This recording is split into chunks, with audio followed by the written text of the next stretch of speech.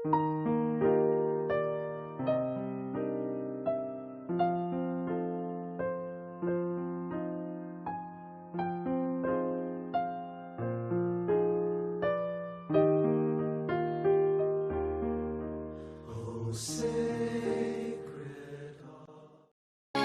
ngalan ng Ama, ng Anak, at ng Espiritu Santo. Amen. Sumainyo ang Panginoon. At sumayo rin. Mga kapatid, sa buhay, mararanasan natin tayo'y manghihina. Pero anong dahilan? Dahil ba meron tayong problema? Dahil ba meron tayong hindi kasundo? Dahil ba meron tayong sakit? Isang dahilan, madalas ang ating paghihina, ay nakakalimutan natin ang mabuting dahilan natin para magpatuloy. Remember, the bigger your why, the bigger your strength. If you do not have any why, then why continue? Ang taong may cancer, pwede pa rin gumaling kung may dahilan siya para lumaban. Pero ang taong may lagnat, kung ayaw na niya, baka bukas lang, patay na. Sinong makakapagbigay sa'yo ng dahilan? Ikaw? Hindi.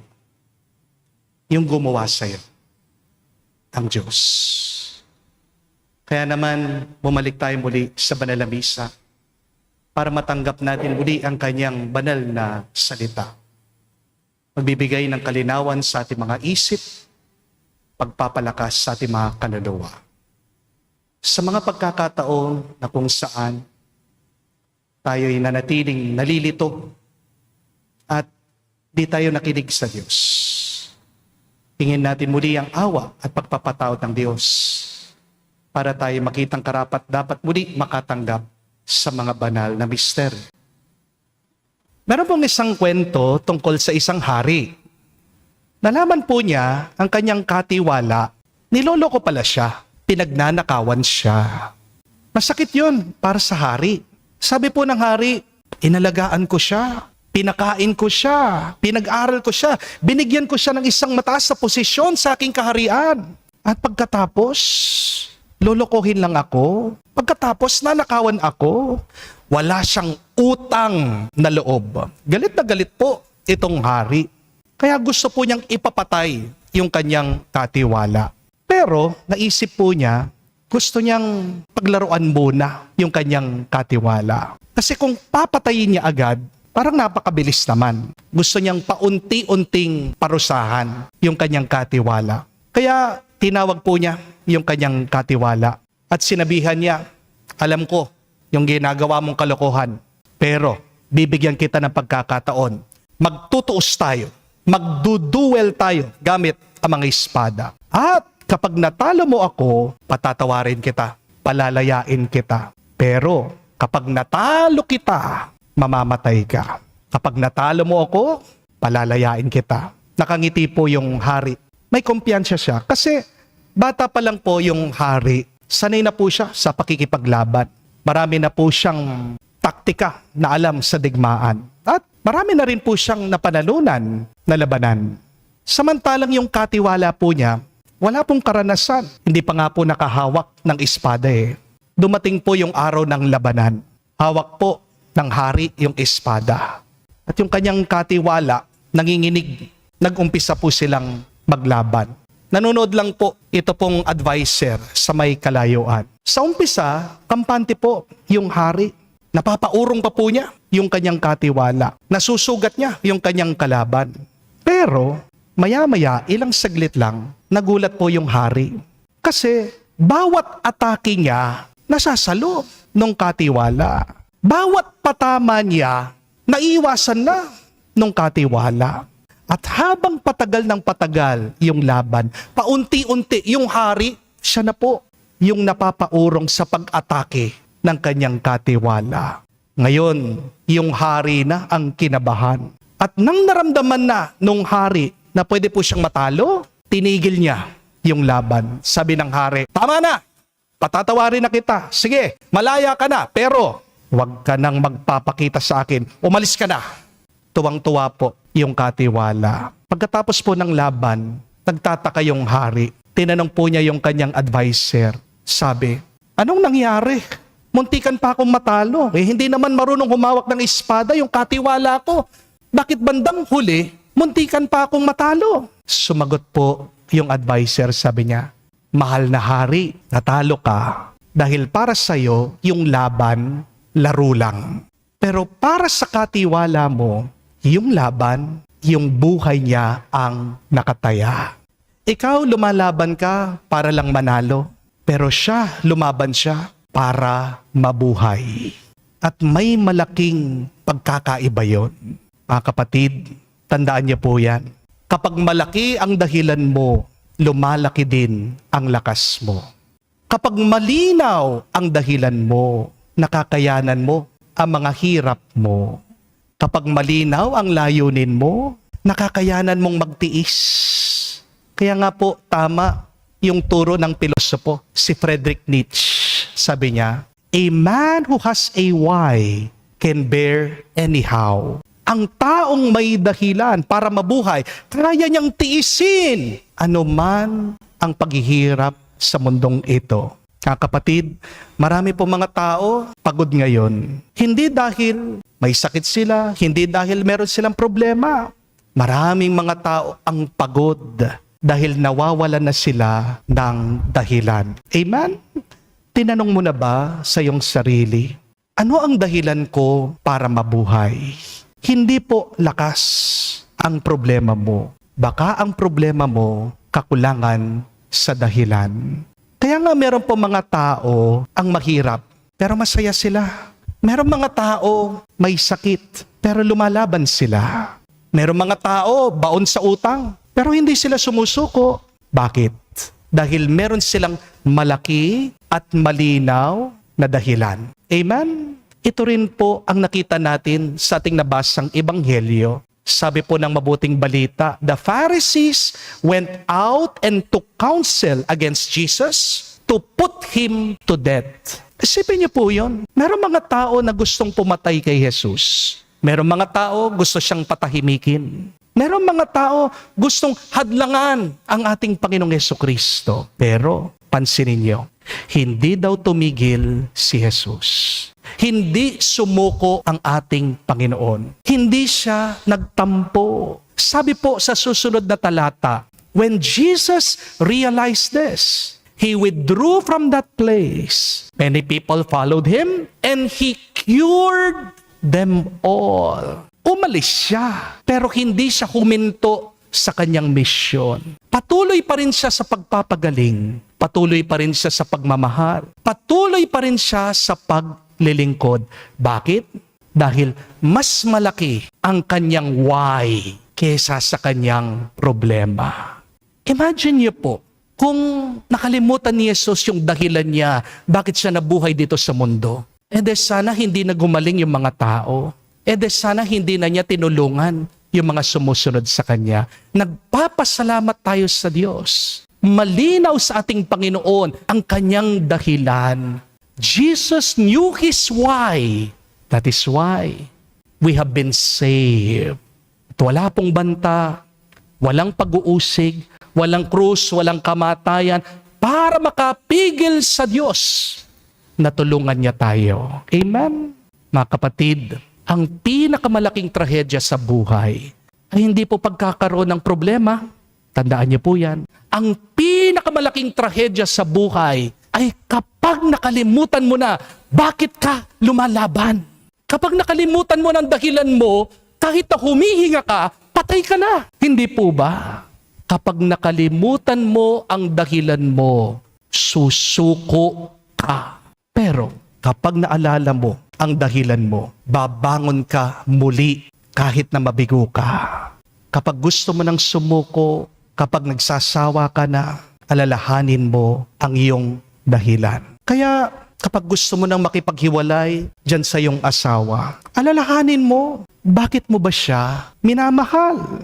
Kapag gusto mo nang sumuko sa pamilya mo, alalahanin mo bakit ka nagsasakripisyo. Kapag gusto mo nang tumigil sa buhay, Alalahanin mo, bakit ka pa ginising ng Diyos ngayon? Isipin po natin, maraming mga tao nasa hospital, nananalangin, gusto nilang humabang buhay nila, gusto nilang lumakas, gusto nilang gumaling. Pero ikaw, malusog ka, may pera ka, may ari-arian ka. Pagkatapos, wala ka ng ganang mabuhay. Hindi po ba nakakalungkot yun? Merong mga tao, ibibigay nila ang lahat para mabuhay. Ikaw, binigyan ka ng buhay, binabaliwala mo. My dear friends, do not allow your bad situation to kill your why. Amen? Because your why is bigger than your wounds. Your why is bigger than your failures. Your why can be bigger than your fears. At tandaan niyo po ito, the person who has a reason to live will always have the strength to continue. Bakit ka nahihirapan sa buhay? Marami po mga tao, pag nagdadasal, tinatanong ang Diyos, Lord, bakit ako? Bakit ako naghihirap? Pero alam niyong mas magandang tanong, Panginoon, ano ang dahilan ko para magpatuloy sa gitna ng aking mga paghihirap?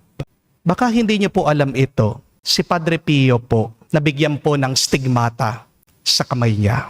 Ang stigmata po, yan po yung sugat ni Jesus at lumilitaw po sa katawan ng banal. Huwag niyo pong isipin na yung stigmata, yung mga sugat, simpleng gasgas lang po ang mga yan. Hindi po. Napakasakit po ng stigmata, ng sugat.